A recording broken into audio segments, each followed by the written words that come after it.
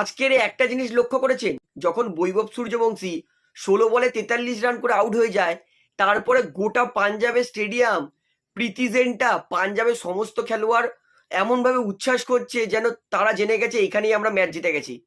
মানে একটা 15 বছরের বৈভব সূর্যবংশীকে আউট করে গোটা স্টেডিয়ামে সবাই আনন্দ করছে।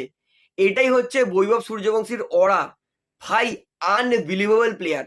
কিন্তু একটা জিনিস আমি হয়রান হয়ে যাই, যে বর্তমানে আইপিএল এর হাইয়েস্ট রান স্কোরার 400 রান করে অরেঞ্জ ক্যাপ পড়ে আছে সেই বৈভব সূর্যবংশী, তার বর্তমান মার্কেট ভ্যালু আইপিএল 2026-এ 1,10,00,000।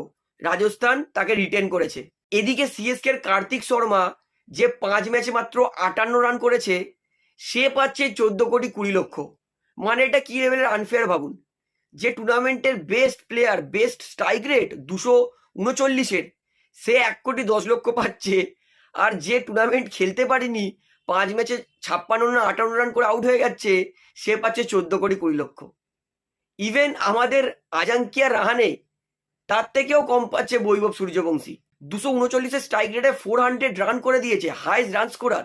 মানে 35টা বল খেলে সেঞ্চুরি কনফার্ম, সে এত কম টাকা পাচ্ছে। এটাই আমার রাজস্থান রয়্যালস ম্যানেজমেন্টের কাছে আবেদন, যেই বাচ্চা ছেলেটা তোমাকে সমস্ত ম্যাচ জেতাচ্ছে, যার কাঁধে ভরসা করে গোটা রাজস্থান রয়্যালস চলছে, তার রিটেনশন ভ্যালু এর পরের সিজনে যাতে বাড়ায়। তো আমি আপনাদের কাছে জানতে চাই যে বৈভব সূর্যবংশীর ভ্যালু কত হবে যদি বৈভব সূর্যবংশী আইপিএল এর অকশনে আসে। অবশ্যই আমাকে কমেন্টে জানাবেন।